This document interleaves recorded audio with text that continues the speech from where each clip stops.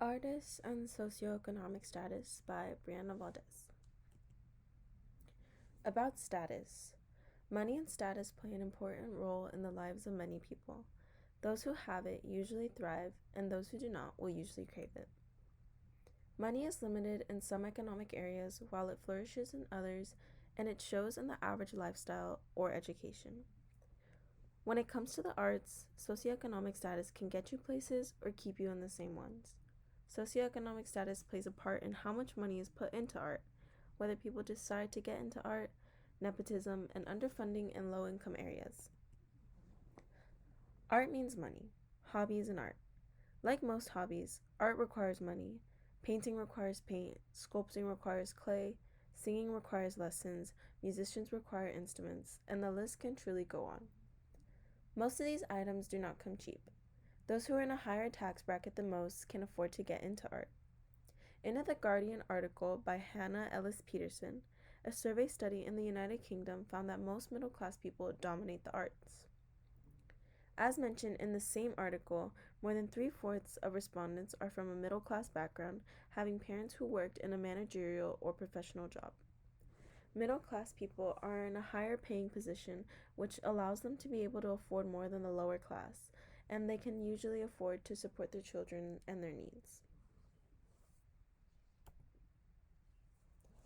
Even more money.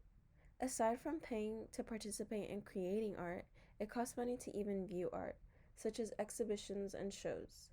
In a National Endowment of the Arts survey of public participation in the arts, it was found that families who are low income status attend or participate in the arts less than those who are of a high income and between.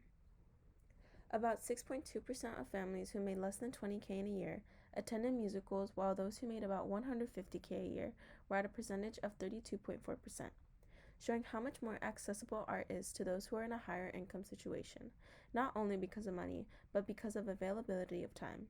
Those who want to take art seriously need access to these artistic events, but are restricted due to low income or not enough time. Money plays a big part in whether you can create art, view art, or be a part of art. Underpaid artists. According to online job search platform Talent.com, the average artist's annual salary comes out to $42,356 in the US.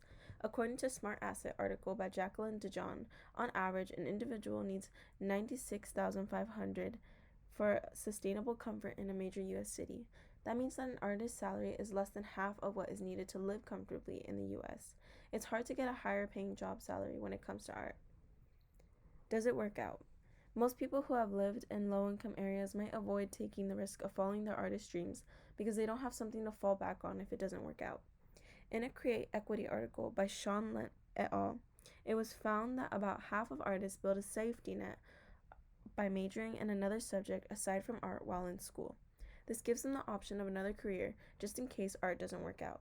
This seems to be more common in the field of art because of its low success rate when it comes to pursuing art professionally. Nepotism. Those with parents who are already artists or have already made a name for themselves have a higher chance of being able to express themselves creatively and be a part of creative spaces. Connections are important for all jobs, but they are most important in the art world. Without connections, it's harder to get internships, art spaces, attendance to shows, and more. Someone who is born to parents who are artists has a higher chance of participating in art because of them. Their artist parents have already made connections with other artists, which they may pass on to their children so they can succeed in the art world. This lessens the opportunities of those with less connections. It's shutting their doors while opening the doors to their other children. Underfunded areas. Lower socioeconomic areas are usually underfunded.